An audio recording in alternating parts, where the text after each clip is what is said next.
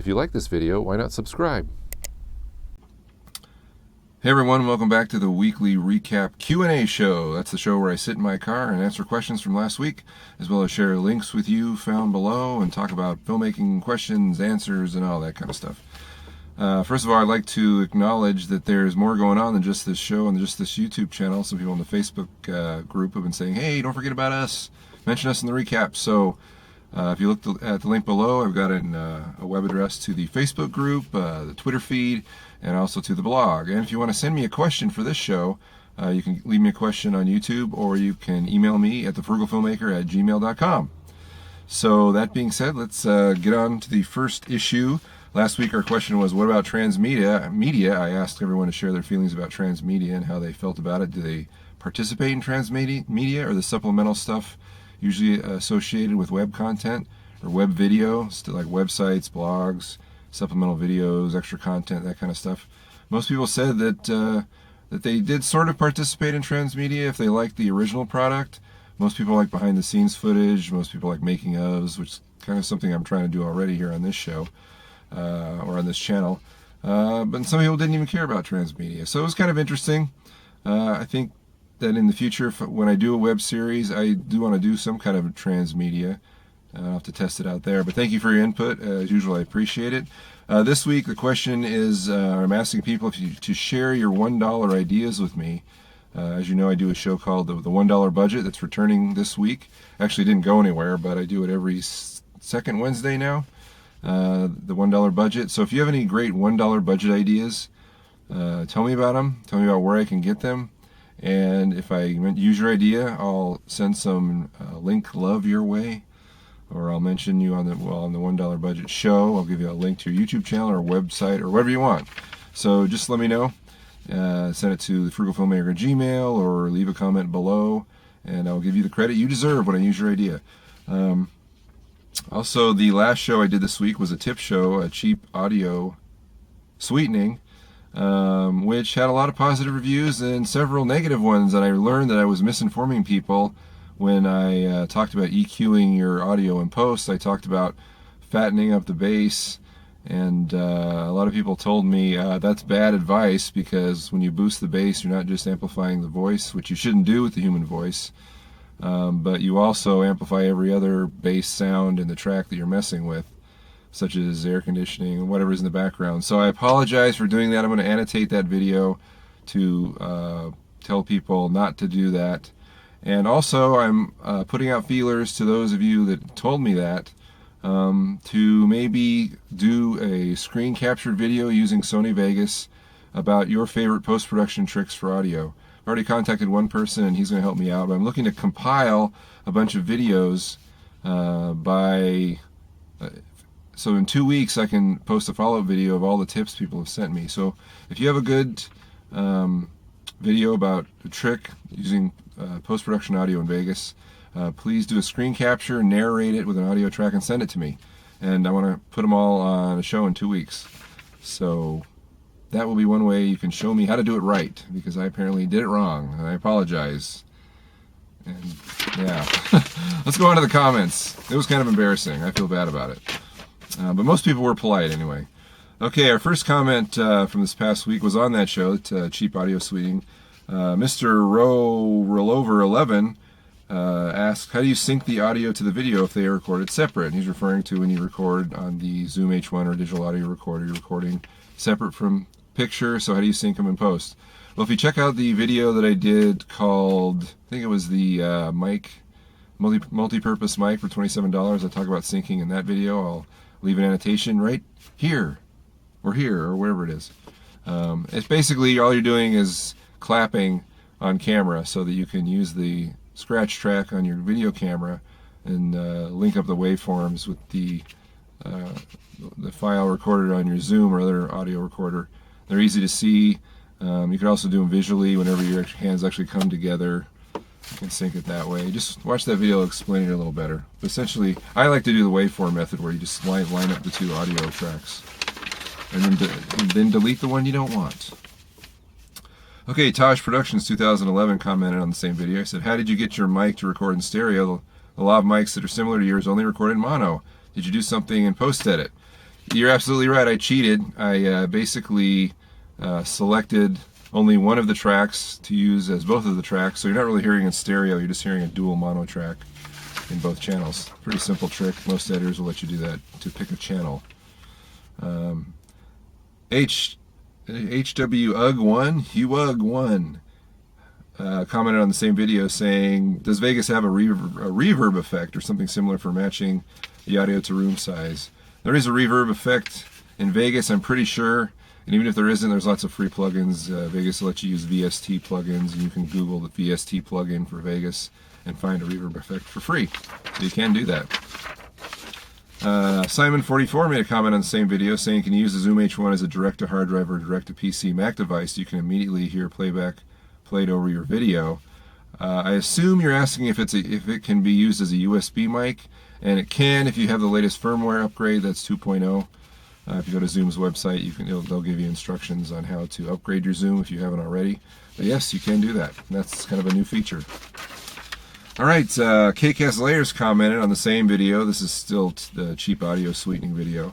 He says, since I'm not going to be moving locations that often in an upcoming shoot, I thought I'd be able to record sound using a laptop with external microphones, of course. Do you think this is a good idea? It's not a bad idea, depending on what interface you're using to get in your computer. I would not use the mic input on your laptop because it's basically the same cheap electronics that I talked about on most camcorders. They're cut rate and they aren't going to do the best job. However, if you get some kind of an interface like the U-Control, I think it's called, from Behringer, I've got one and they're about $20. They give you line inputs and line outputs and they go into your USB port. They actually do. That's a pretty good device. And there's no XLR inputs, but you do get RCA inputs and RCA outputs. So it's a pretty good gizmo, and that would work well for I think what you want to do. You just have to drop the $20. Otherwise, I mean, it's possible to go through your mic input, but I don't recommend it.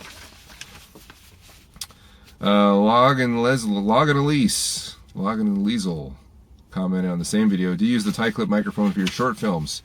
I haven't in the past. I've used my boom mic. That's typically what you use for that kind of dialogue. However, I do want to do a show in the summer, an improv show where I would be putting body mics on the talent, and I would use that lav mic, just going into a digital audio recorder so they can run around. That's what I plan to do, but I haven't tested it yet. So we'll see what happens this summer. Shane Pip commented on the same video, is your light setup 3-point lighting? Setup 3-point lighting. Yes, it is 3-point lighting.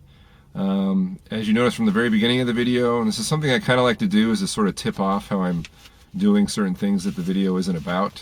In this case, lighting. So I had the two actually standing floor lamps next to me, using those as a key and a fill light. One was closer to me, the other was slightly farther, so I had a strong side, weak side.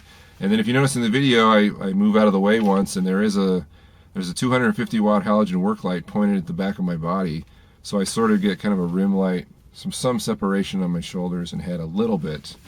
Of course, if you move, then you got a 250 watt light blaring into the camera, but I didn't think it was that big of a deal. But again, it kind of shows you how I light, and I've kind of moved to doing this setup because it's a lot easier to set up than the clamp lights, because I don't have to pull out my light stands. I can just grab the two floor lamps that are already in my house anyway and set them up. It's quick and dirty, and I think it doesn't look that bad either. And the bulbs are 100 watts each for the two floor lamps. All right, Psychum SDA commented on the recap from last week. That's the transmedia episode. He asks, Frugal floater or camera stabilizer rig, which would you rather use? Well, if I had a choice, I'd pick the PVC stabilizer because it's so easy to use, it's easy to build, it's easy to master. You can pick up that thing and figure it out in 2 minutes. The Frugal floater, which is a Steadicam, takes a lot longer to balance.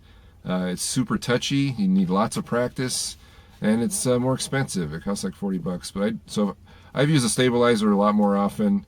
I have yet to use the Frugal floater on an actual project, but I can just, that stabilizer rig, grab and go. I mean, and it fulfills a whole bunch of purposes. As many of you have told me too, it works. It just plain works.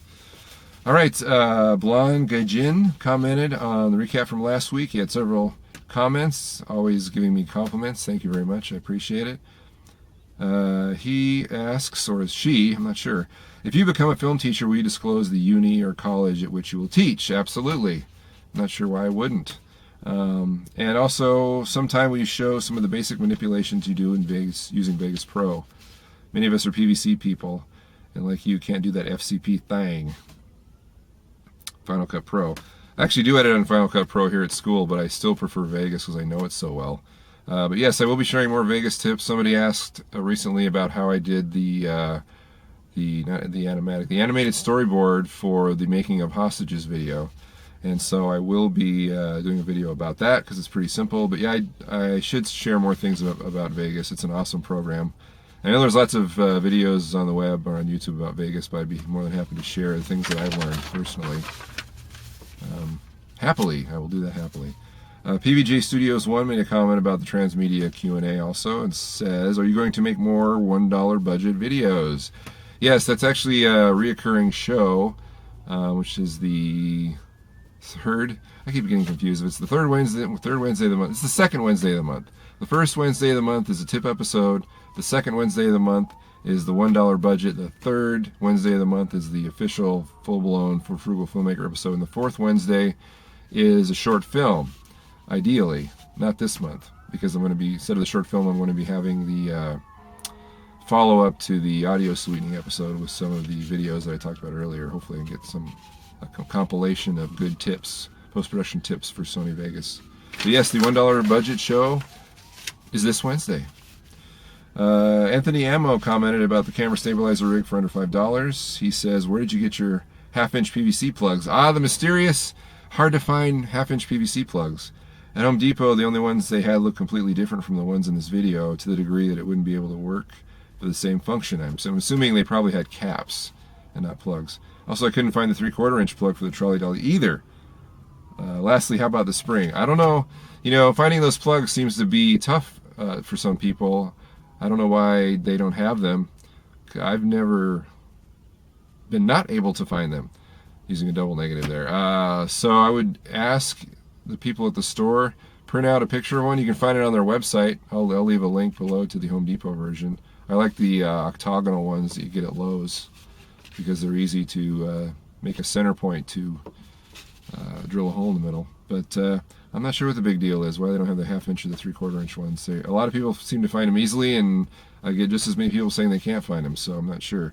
The spring, probably the cheapest method I've seen for the spring is people take old battery holders and pop the springs out of those. You can also find springs. I've seen Home Depot has springs. I had them laying around. I'm not even sure where I found them. I pulled them out of something, had them in a parts bin, and that's what I used. So you kind of just have to poke around, ask people in your hardware store just for springs. I've seen like multi-packs of springs, but they're like $3.50 or something. So if you can steal one from a battery holder, that's what I would do. CO16872 commented on the trolley dolly saying, does anyone know if the wheels should ride on the surface of the rails or actually touch the magnetic strip? I have an issue with the rails not being completely smooth, contemplating doubling up on the magnetic tape in hopes of a smoother surface for the wheels to roll on. Any thoughts? On mine, the wheels touch the magnetic tape. That's why the magnetic tape is there, because it is a bumpy surface and the magnetic tape makes it a smooth surface. They shouldn't ride on the top of the rails. I would think they would get stuck and bind if that's the case. And you don't want that. You want a smooth surface as possible. So they should touch the magnetic tape. And hopefully they fit. If they're hitting the top of the rails, they're probably too big, or the rail's too narrow or something. But that's how mine works. Quad Racer 44 commented on the Frugal Floater DIY Steadicam, says, what kind of hood do you have, and can you put a lens inside it? The hood featured on the Frugal Floater episode is just a cheap plastic one from eBay. I just took the thread size of my lens, which is 58mm, and did a search for lens 58 mm lens hood on eBay, and it came up. They're $3, and they seem to work. That's the flower petal kind. So they just have threads on them, and you thread them onto your lens. If you don't have a threaded lens, I don't think it's going to work. So, all right, suction cup mount. Friendly Microwave 32 made a comment on the suction cup camera mount video and says, what did you use for the intro music? Finally, someone asked about the theme music to the Frugal Filmmaker episodes. That's written just for me, actually, from a composer named Seth Neufer. I've been using him as a composer for years and years. He's really great. I just say, hey, I want this, and he gives it to me quickly. and then I email him notes back and forth. He actually lives in California. I've never met the guy, but he's awesome. You can Google him and you'll get his website. You can see some other stuff that he's done. But I asked for something similar to the A-Team. A lot of people have noticed it sounds similar to the A-Team because it is an A-Team theme knockoff. That's kind of what I was going for. Mostly as a tribute to that show, because they would always have a section in that show, TV show, where they would be locked in a warehouse or something, and they would make some kind of cockamamie weapon or armor, a car or something, using the materials laying around. And it usually took them about an hour. So I always thought that was pretty funny, and I grew up watching that show. So that's where the origin of the Frugal Filmmaker theme comes from. Used to be awkward commented on Zoom H1 accessories. He says, aside from using a shock mount, is there any way to prevent handling noise from the pistol grip, like a thin layer of foam between the H1 and the grip? He's referring to the Vivitar Steady Pod. It's a grip that turns into a little tripod that I talked about using for the Zoom H1 as a handheld mount. A thin piece of foam is not going to work to insulate the Zoom H1 from handling noise. It's super sensitive to handling noise. You definitely need a shock mount. You don't have to use the one that you can always make one. I use the DSLR Film Noobs shock mount that costs about $10, and they work really well for a variety of things. One of them being the Zoom H1.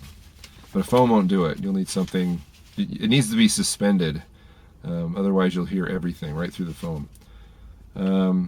CO1 6872 returns, commenting on make a PVC table dolly for under $20. He says, great video. Would this work with an 8-pound camcorder? It's definitely possible. However, you need to beef up the tripod mount. You're going to need something stronger. Use a mini ball head, a bigger ball head. Probably just a ball head. Not a mini ball head, a ball head to support something that weighs 8 pounds. That's pretty big. So that's what I would do. If you upgrade that, that should be fine. Maybe you could probably make the wheelbase wider. I don't know if you really need to. I guess it depends on the size of the camcorder, how unwieldy it might be, but it'd probably work. You just have to upgrade a part. Holiday 4086 commented on 3-point lighting, saying, I suspect somewhere in here there's a reference to the dimmer switch you use for the halogen. Do you have a source? And I'll put up an annotation to the first video I made for this channel, which was how to make a dimmer switch for like $7. So I'll put that up right now so you can see it. That's the dimmer switch that I use, is the one I made. Got a comment from Logan Elise. So again, I know I'm saying this wrong, I'm sorry. Multi-purpose mic for $27. How do you get the audio from the Zoom H1 from the recorder to your computer? Is it SD or USB?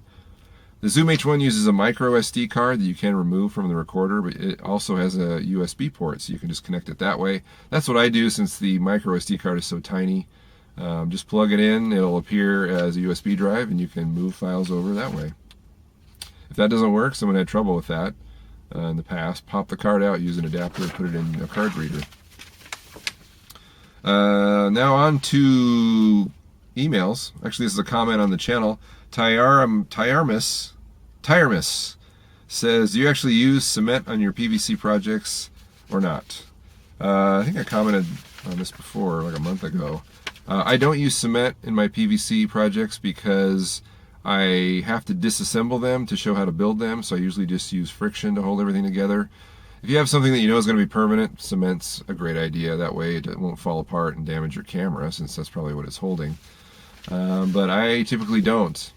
In fact, I never have, for the reasons stated previously. All right, we got an email from Barry Simon. He asks, I've been looking at the Canon VIXIA HFR200 based on your recommendation from a few shows ago. I have Sony Vegas Pro 9e. Will the VIXIA import the AVC HD format easily? Yes, Barry. I've been using Sony Vegas Pro with my Canon HFS100, uses AVC HD. I haven't had too much of a problem. My computer's a couple years old, so it's not super brand new, but it still works pretty well with AVC HD. I haven't had too many problems with it. It does a lot better with AVC HD than it does with H.264, which is what all the Canon DSLRs record on, which is one thing I've noticed. Which is why I think if I bought a DSLR, I would buy a Panasonic GH2 because it records in AVC HD. It's just a friendlier format. You don't have to transcode it to another format to get it to work. It just works. Still, I mean, it does lag sometimes, but you just have to, make sure everything else isn't running, and you should be okay with a fairly recent computer. If it's an older computer, maybe not. But all right, and finally, we have a question from Anre Schley, who asks, Scott, do you ever work with stereoscopic 3D films? You know, 3D is intriguing, and I wouldn't mind dabbling with it, but I haven't, and I probably won't, just because it requires something extra from the viewer, namely 3D glasses, which means that if I were ever to put anything on YouTube, I would have to, tell people, hey, you have to get 3D glasses to watch this, and I'm immediately going to alienate 9/10 of my audience who are going to say, well, I'm not going to do that, and a few people probably will, but I think it's too niche to even mess with, so I'm not going to mess with it, Anre. Not going to do it, sorry. Okay, so that's the show today. Remember, just check below for all the links from last week. There is a bunch of them. Actually, there's not that many this week. Sorry. Usually I have a slew of them. Not so many this week. And if you want to check out the Facebook group, it's an awesome forum. There's in fact, today there will probably be 2,000 members of that group. And if you post a question on the Facebook forum, you will get answers almost immediately. So it's a great resource. I highly recommend it. And there's the blog and the Twitter feed, which you can find below in the description. Again, this week I'm asking for everyone to give me their $1 filmmaking ideas, things that I can buy for $1 to use in the $1 budget show. And if I use your idea, I will give you credit and hopefully send some traffic your way to your website or your YouTube channel or whatever you want. I will post an annotation and a link in the description to give you some link love for helping me out and helping the show. And yeah, that's it. This week is the $1 budget. And hope everyone has a great week making your movies. Good luck, and we'll see you next Monday. Bye.